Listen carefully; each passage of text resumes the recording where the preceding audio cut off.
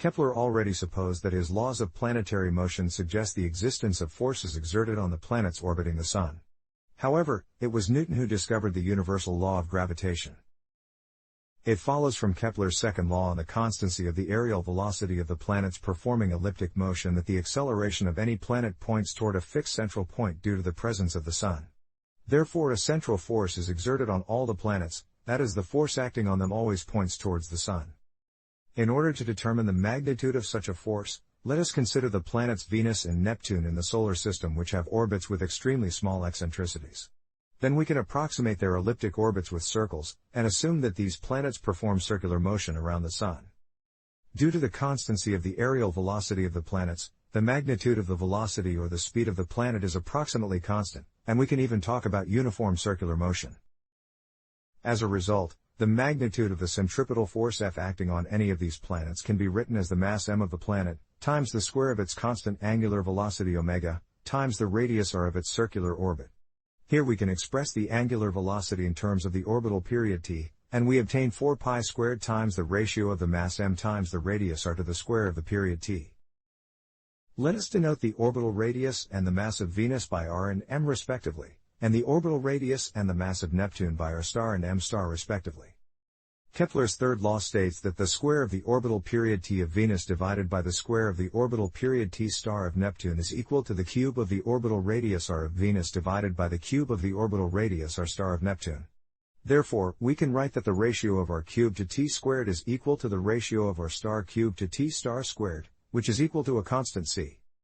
The constant c is universal for each pair of planets in the solar system, and this quantity is specific to the Sun. Then we can express the ratio of r to t squared as the constant c divided by r squared. If we substitute this expression into the magnitude of the centripetal force acting on an orbiting planet, then it can be written as 4 pi squared times the constant c, times the mass m of the planet divided by the square of the orbital radius r. This formula shows that the attractive force exerted on the planet by the Sun is directly proportional to the mass of the planet, and inversely proportional to the square of the distance between the planet and the Sun. The law of action and reaction states that the planet also exerts a force on the Sun, which has the same magnitude and points in the opposite direction.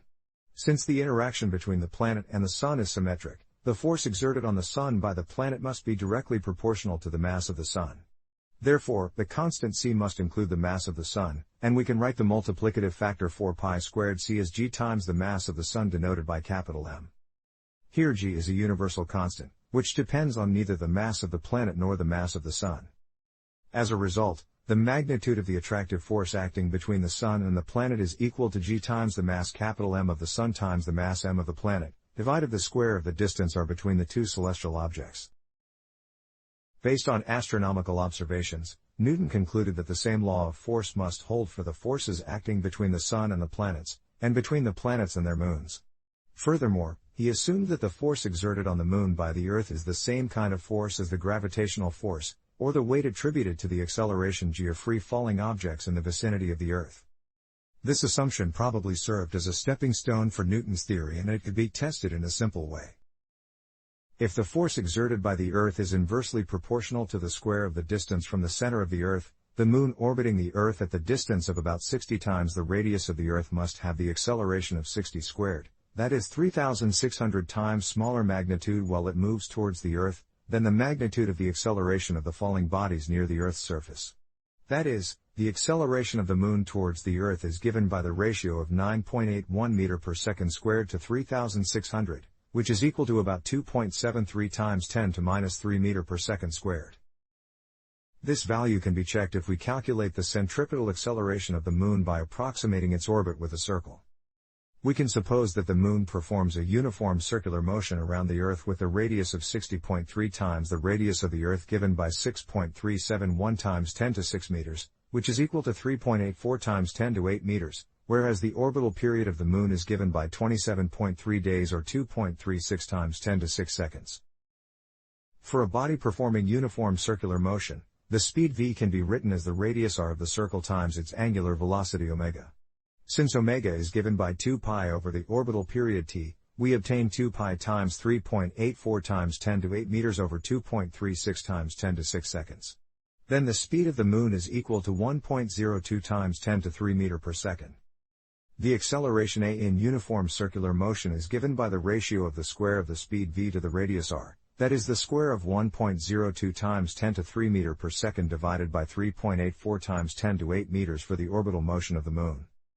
As a result, we have 2.72 times 10 to minus 3 meter per second squared, which is almost the same value as the one obtained by applying the law of force acting between planets. This result confirms that the gravitational force of the Earth is exerted on the orbiting Moon. Similarly, the gravitational force of the Sun produces the orbital motion of the planets. Due to the third law of motion, that is the law of action and reaction, the Moon also exerts the same force on the Earth but opposite in direction. Furthermore, any planet in the solar system exerts the same force on the Sun but opposite in direction. The generalization of the law of force introduced to describe the forces acting between celestial objects was demonstrated by several experiments. Newton published the universal law of gravitation in 1686, stating that 2 point-like bodies with the masses m1 and m2 attract each other with a force which has a magnitude directly proportional to the product of the masses of the bodies, and inversely proportional to the square of the distance are between them. If the vector are points from the second body to the first one, then the force F exerted on the first body by the second one points in the direction of the unit vector are over its length.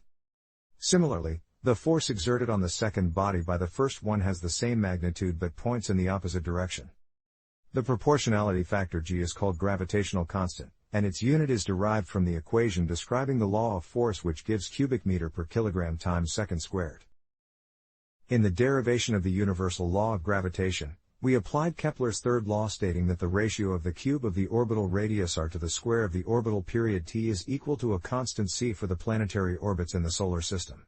When we calculated the constant c, we obtained about 3.36 times 10 to 18 cubic meter per second squared, which is a universal constant for each planet and specific to the Sun. By motivated this fact, we introduced the gravitational constant g in the definition, stating that 4 pi squared times the constant c is equal to the gravitational constant g times the mass m of the Sun. As a result, we can express the gravitational constant g as 4 pi squared times the constant c divided by the solar mass m. Since the mass of the Sun is equal to 1.988 times 10 to 30 kilograms, the gravitational constant g is equal to 6.67 times 10 to minus 11 cubic meter per kilogram second squared. This value is obtained by approximating the elliptic orbits of the planets with a circle, but the gravitational constant could also be measured with high precision.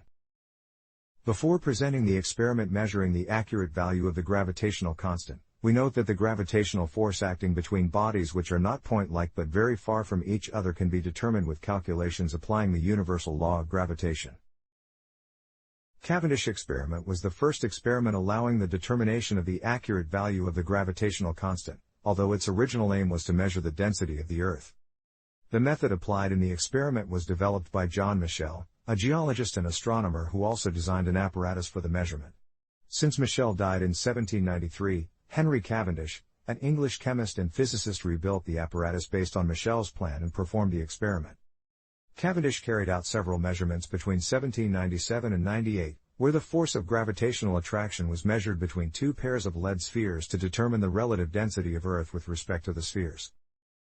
The apparatus depicted in the figure from Cavendish's paper was a torsion balance, which was a horizontal wooden rod suspended freely from a wire, and two lead spheres hung from each end of the rod serving as an arm of the balance. Two large lead spheres were also placed at each end of the arm on its alternate sides such that they were near the smaller spheres. Although in Michel's design the small lead balls were hung in a narrow case to defend them from the wind, Cavendish placed the apparatus in a closed space for a full protection, and observed the position of the arm with a telescope through a hole in the wall of the room. The size of the torsion balance also shown in this schematic figure was relatively big. The length of the horizontal rod was about 1.8 meters, whereas the diameters of the small and big spheres were about 5 and 30 centimeters, respectively. Therefore, the characteristic length given by the sizes and the relative positions of the spheres were much smaller than the distance between the pairs of spheres at the opposite ends of the rod. Due to the difference in their sizes, the weights of the small spheres were only 0.73 kilograms, whereas the bigger ones had the weights of 158 kilograms. Since the small spheres and the big ones were close enough to each other, the gravitational attraction between them was able to rotate the arm, twisting the wire used for the suspension. However, the rotation was counteracted by the restoring force from the twist in the wire, and the arm stopped its rotation when it reached an angle where the twisting force and the gravitational force acting between the spheres became balanced. Actually, the arm was not at rest but oscillated about the position of the balance, performing a motion from side to side like a horizontal pendulum. Cavendish measured the position of the arm by using scales attached to the arm and the case enclosing the small spheres. He observed the 3 successive maxima of the displacement of the oscillating arm and averaged the second and the third maxima. A modern solution to the measurement of the position of the arm can be achieved if we apply a light source emitting light on a mirror mounted on the arm, and read the position of the reflected light beam in a scale. If the arm in the mirror rotates, then the reflected light beam will hit the scale somewhere else, and the position of the arm can be determined from the angle alpha measured between the initial and final directions of the beam. We can measure the distance covered by one of the moving small spheres during a short time right after the big spheres were placed near the small ones and the arm starts to oscillate. In the beginning of the motion, the restoring force exerted on the sphere by the twisted wire is still negligible, and the gravitational attraction can be considered constant between the spheres due to the very slowly decrease in the distance between them. Therefore, the initial motion of the sphere can be approximated as a uniformly accelerating linear motion, where the distance s is equal to 1 over 2 times the acceleration a of the sphere, times the square of the elapsed time t. Since the acceleration a is equal to the force F acting on the sphere divided by its mass m, we can substitute the law of universal gravitation into this equation, stating that the force F is equal to the gravitational constant g, times the mass M of the big sphere times the mass m of the small sphere, divided by the square of the distance r between the two spheres. Then we can express the gravitational constant g as 2 times s times r squared over m times t squared. Here the mass m of the big sphere is given, and the distance s depending on the angle alpha of the deflection of the light beam, the elapsed time t, and the distance r between the spheres are measured. As a result, we can determine the value of the universal gravitational constant in a measurement performed with the torsion balance. More precise measurements with torsion balances placed in vacuum or other methods using sophisticated atom interferometers provided an accurate value of the gravitational constant g, which is 6.6743 times 10 to minus 11 cubic meter per kilogram second squared. If we know the value of the gravitational constant, then we can apply the universal law of gravitation to determine the mass of celestial objects in our solar system. In the case of the Earth, we proceed as follows. The weight of a body with the mass m given by m times the gravitational acceleration g on the Earth's surface at the distance of 6,370 kilometers from its center is equal to the gravitational force exerted on the body by the Earth.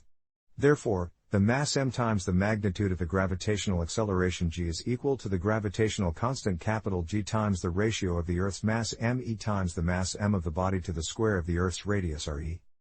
We can express the mass me of the Earth as the ratio of the gravitational acceleration g to the gravitational constant capital G times the square of the Earth's radius re. That is, 9.81 meter per second squared divided by 6.67 times 10 to minus 11 cubic meter per kilogram second squared, times the square of 6.37 times 10 to 6 meters. Then the mass of the Earth is equal 5.9 times 10 to 29 kilograms, or about 6 times 10 to 21 tons. We can also calculate the average density of our planet, if we divide the mass of the Earth by its volume, that is by 4 pi over 3 times the cube of its radius re. By substituting the numerical values into this equation, we obtain 5,515 kg per cubic meter or about 5.5 gram per cubic centimeter. Since the average density of the rocks on Earth's surface is equal to 2.5 gram per cubic centimeter, the core of the Earth must be much more dense than the average value of 5.5 gram per cubic centimeter. We already saw that the elliptic orbit of Venus can be approximated as a circle with the radius of 1.0821 times 10 to 8 kilometers due to its small eccentricity. In this approximation, Venus performs a uniform circular motion around the Sun with a period of 0.615 year. Then we can state that the centripetal force acting on Venus is equal to the gravitational force exerted on the planet by the Sun. On one hand, the magnitude of the centripetal force acting on Venus is given by its mass m times the magnitude of its centripetal acceleration, that is the mass m times 4 pi squared times the orbital radius r of Venus, divided by the square of its orbital period t. On the other hand, the magnitude of the gravitational force exerted on Venus by the Sun can be written as the gravitational constant g, times the mass M of the Sun times the mass m of Venus, divided by the square of its orbital radius r. As a result, We can express the mass M of the Sun from this equation as 4 pi squared over the gravitational constant g, times the cube of the average orbital radius r of Venus divided by the square of its orbital period t. By substituting the numerical values into this equation, we obtain 1.99 times 10 to 30 kilograms, which is about 332,000 times greater than the mass of the Earth. This method can be applied to compute the masses of those planets that have moons by measuring the orbital radii and periods of their moons. Finally, we note that Newton's law of gravitation is far more universal than Kepler's law applied to its derivation, and represents a deeper understanding on nature and physics. By applying the universal law of gravitation in Newton's second law of motion, we can derive the equation of motion of a planet orbiting the Sun. Then the equation of motion of the planet states that the mass m of the planet times the second-order derivative of the position vector r of the planet pointing from the Sun to the planet, is equal to minus the gravitational constant g, times the mass M of the Sun times the mass m, divided by the square of the length of the position vector r, times the position vector r divided by its length.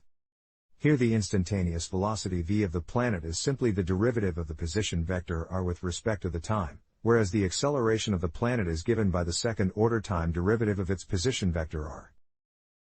Kepler's 3 laws can be derived from this equation of motion in a mathematical way.